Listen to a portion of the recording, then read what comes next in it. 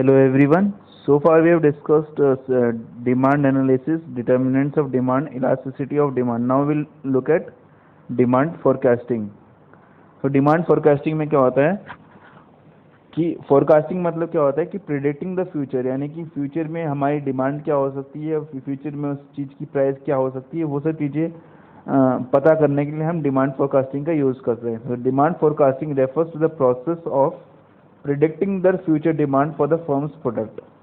Next, in other words, demand forecasting is comprised of series of steps. ठीक है, इसमें कई तरह के steps होते हैं which involves anticipation of demand. Anticipation मतलब future values को predict करना. ठीक है, future values में फ्यूचर में क्या स्टेट होगा उस चीज़ को हम एंटिसिपेशन कहते हैं. ठीक है, of demand for a product in future under both controllable and non controllable factors. So कई तरह के फैक्टर्स होते हैं. कुछ फैक्टर्स को हम कंट्रोल कर सकते हैं, कुछ फैक्टर्स अनकंट्रोलेबल होते हैं. जो एक्सटर्नल इन्वायरमेंट है उसको हम कंट्रोल नहीं कर सकते हैं. ठीक है, उस एक्सटर्नल इन्वायरमेंट पे हमारा कोई बस नहीं है, तो हम उसको कंट्रोल नहीं कर पाते. तो उन कंट्रोलेबल और नॉन कंट्रोलेबल फैक्टर्स को इंक्लूड करके हम ये प्रेडिक्ट करते हैं कि आगे हमारी डिमांड क्या हो सकती है. उसको हम डिमांड फोरकास्टिंग कहते हैं. So demand forecasting is estimate of sales.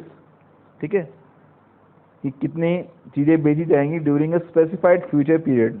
तो एक पीरियड स्पेसिफाई होगा कि अगले 10 साल के लिए क्या हमारा सेल्स ट्रेंड हो सकता है. ठीक है, वो कैलकुलेट कर सकते हैं based on the propose marketing plan and a set of particular controllable and competitive forces.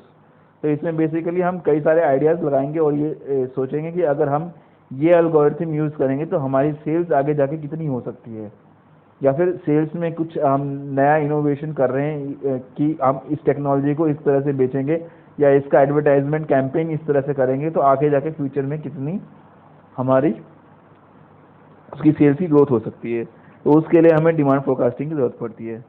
ठीक है, सो सबसे पहले डिमांड फोरकास्टिंग टेक्निक एक है ओपिनियन पोलिंग मेथड और कलेक्टिव ओपिनियन सर्वे. इसमें क्या करता है कि हर एक सेल्समैन पता लगाता है कि उसके एरिया में क्या सेल्स हो सकती हैं. ठीक है, एक्सपेक्टेड सेल्स क्या होंगी कोई भी पर्टिकुलर प्रोडक्ट को लेके. ठीक है, प्रोडक्ट कोई भी हो सकता है, उसको लेके एक्सपेक्टेड सेल्स कितनी होंगी भविष्य में उसके टेरिटरी में, स्टेट में, रीजन में. ठीक है, so these estimates are collected, reviewed and revised. फिर taking in account productive design features and price is decided and made. Thus collective opinion survey forms the basis of market analysis and demand forecasting. So sales person को अपने area की अच्छी तरह से जान पहचान होती है, तो उस डेटा से वो ये प्रेडिक्ट कर सकता है कि फ्यूचर में इस प्रोडक्ट की इतनी सेल्स हो सकती है. ठीक है, सो इसको हम कलेक्टिव ओपिनियन सर्वे बोलते हैं. अब इसकी वीकनेस क्या है? So demand estimates by individual sales person to obtain total demand of the country may be risky as each person has knowledge about small portion of market only. ठीक है, हर एक person के पास में मार्केट के बारे में एकदम कम नॉलेज है. ठीक है, सो जो एस्टिमेट हम निकालेंगे वो एक्यूरेट नहीं होगा. ठीक है, क्योंकि जहाँ पे भी ह्यूमन इंटरवेंशन आता है हम एक्यूरेट डेटा को प्रेडिक्ट नहीं कर पाएंगे, बिकॉज एक स्मॉल ग्रुप को ही हम ले रहे हैं, पूरे एरिया को नहीं ले रहे. डेटा जितना कम होगा उतना उसकी इनएक्यूरेसी के चांसेस ज़्यादा होंगे. ठीक है, sales person may not prepare the demand estimation with the seriousness and care. कभी कभी कुछ फैक्टर्स वो नहीं इंक्लूड करेगा. वो सोचेगा कि जिस रीजन में उसकी सेल्स चल रही है और जहाँ जहाँ जिस घर पे वो चीज़ें बेच रहा है सिर्फ उन्हीं का डेटा लेगा, ना कि वहाँ पे कि जहाँ पे उसके जो प्रोडक्ट है बिक नहीं रहा. अगर इस तरह का डेटा हुआ कि वो सिर्फ एक पर्टिकुलर ग्रुप को ही फोकस कर रहा है तो वो डेटा कंप्लीट नहीं है. ठीक है, तो इससे अगर हम डिमांड एस्टिमेशन करेंगे then it won't be good. So seriousness and care के साथ कलेक्ट किया हुआ डेटा ही हमें सही एस्टिमेशन दे सकता है. So limited experience in employment. Sales person को एम्प्लॉयमेंट का एक्सपीरियंस कम होता है, तो sales person may not have the required knowledge and experience for predicting. Okay, next is survey of customers attention. ये एक और मेथड है जिसमें डिमांड फोरकास्टिंग कैरी आउट की जा सकती है by knowing what consumers prefer and intent to buy.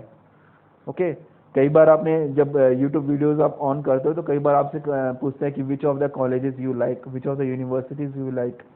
Okay, या फिर एक तरह का मार्केटिंग का फॉर्म भरते हैं कि अगर आप ऑयल यूज़ करते हो तो आप किस चीज़ का ऑयल यूज़ करते हो। ठीक है, वो बेसिकली एक डेटा कलेक्ट करने की टेक्निक है जिससे कि आपको उनको ये इंफॉर्मेशन मिल सके कि जो कंज्यूमर है वो क्या इंटेंट है उसका खरीदने का। So if a product is sold to few large industrial buyers, survey would involve interviewing them. ठीक है, और अगर वो प्रोडक्ट एक तरह के बायर्स हैं, उस प्रोडक्ट को बहुत ज़्यादा यूज़ कर रहे हैं, तो उनको वो इंटरव्यू करके भी ये फोरकास्ट करते हैं, डिमांड फोरकास्टिंग करते हैं। ठीक है, so if it is a consumer durable product, a sample survey is carried out about what they are planning or intending to buy. It is not easy to query all the consumers through direct contact or through printed questionnaire by mail. So either by direct contact or by questionnaire. Questionnaire मतलब एक series of questions होते हैं जो कि mail के द्वारा पूछे जा सकते हैं। ठीक है, तो इसका अगर एक आप एग्जांपल देखो कि कस्टमर अटेंशन कैसे होता है। आपने मैकडी का सबने नाम सुना होगा। ठीक है, मैकडोनल्ड्स में जो एक्चुअल बर्गर मिलता है वो कभी भी वेज बर्गर नहीं होता, नॉन वेज बर्गर होता है। लेकिन जब वो प्रोडक्ट दूसरी कंट्रीज़ में आता है तो वो लोग क्या करते हैं कि उस एरिया के बेस्ट बर्गर को देखते हैं कि लोग किसकी दुकान से सबसे अच्छा बर्गर खरीद रहे हैं, और उसी बर्गर को वो अपने मैकडी में बनाने की कोशिश करते हैं। ठीक है, तो इससे क्या हुआ, उनको ये पता चल गया कि इस एरिया की ये डिमांड है। ओके, सो फिर वो उस हिसाब से उस प्रोडक्ट को प्रोड्यूस करते हैं। ठीक है, तो इससे कस्टमर अटेंशन आता है।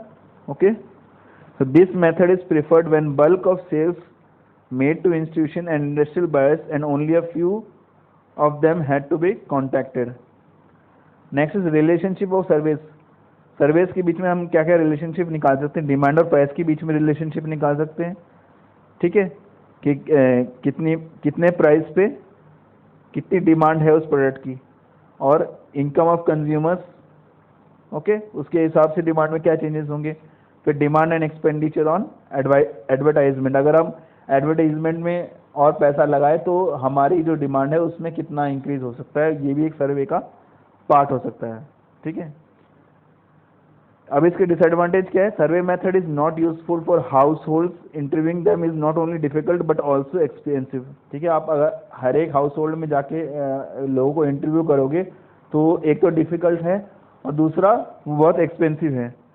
Okay, so they are not able to give precise idea about their intention, particularly when alternative products are available in the market. ठीक है, सपोज आप किसी एक प्रोडक्ट के बारे में उनसे पूछने गए लेकिन उसका एक ऑल्टरनेटिव प्रोडक्ट ऑलरेडी मार्केट में अवेलेबल है, तो एकदम एग्जैक्टली उस चीज़ के बारे में वो श्योर नहीं होते हैं कि क्या उनके इंटेंशन है। Okay, next is Delphi method. Delphi method में क्या होता है, एक ग्रुप ऑफ मेंबर्स हैं, वो एक सिंगल ओपिनियन पे अराइज करे। सपोज एक ग्रुप डिस्कशन हुआ और वो एक सिंगल ओपिनियन पे अराइज होते हैं। ठीक है, the Delphi method is a group process and aims at achieving a single opinion of the members on the subject. Herein experts in the field of marketing research, ठीक है, जो लोग marketing research में expert हैं, demand forecasting में expert हैं, ठीक है, और इकोनॉमिक कंडीशन को अच्छी तरह से एनालाइज कर सकते हैं through sample surveys and opinion polls, उन लोगों को कलेक्ट किया जाता है। If there is divergence of opinions and hence conclusion, administrator has to sort it out through mutual discussions.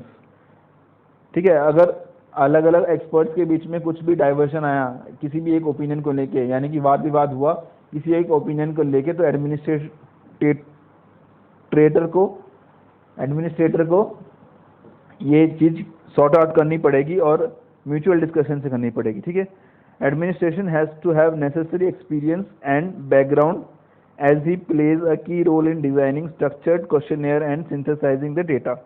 ठीक है, तो बेसिकली कोई भी रीडर हो उसमें वो एक मति होनी चाहिए जिसको हम प्रतिपन्ना मति बोलते हैं, यानी कि you should take decision very nicely based on the situation.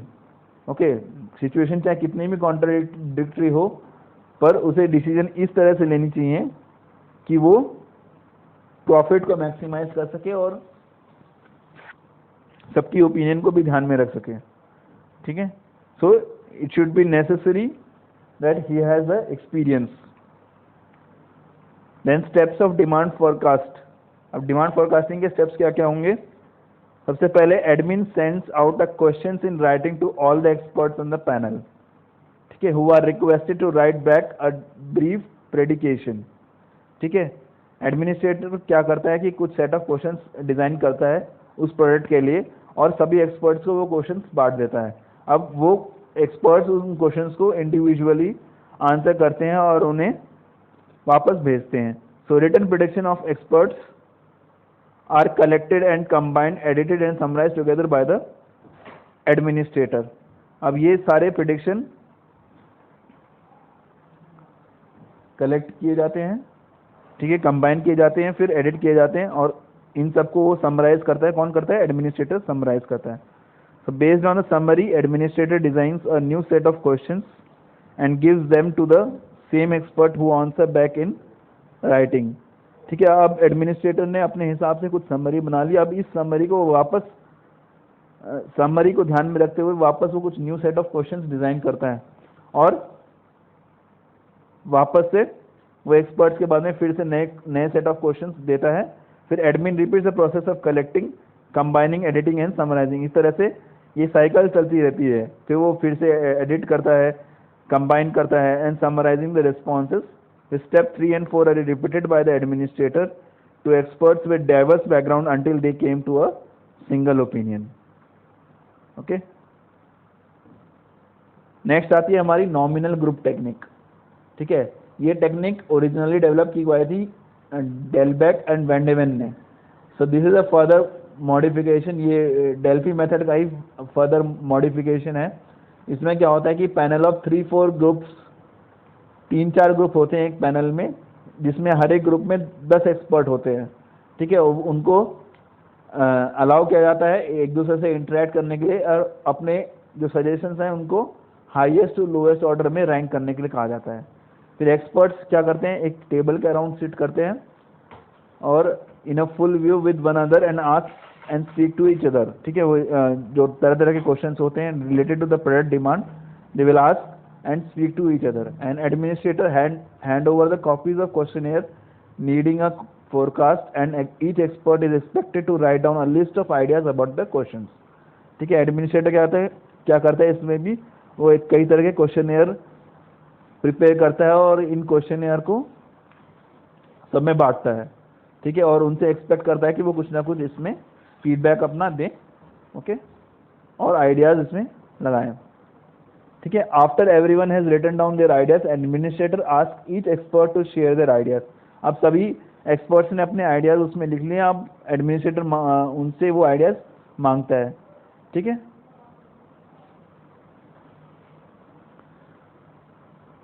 Next, no discussion takes place in this phase and usually 15 to 25 ideas emerged in this format.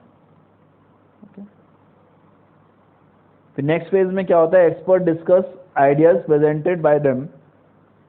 अब जो आइडियाज हैं उनको एक्सपर्ट डिस्कस करते हैं और administrator ensure that all ideas have been adequately discussed. So हर एक expert का आइडिया प्रॉपरली डिस्कस किया जा चुका है, ये एडमिनिस्ट्रेटर को इंश्योर करना पड़ता है। After completing group discussion, experts are asked to give in writing ranks to the ideas according to their perception और प्रायोरिटी। सो सबके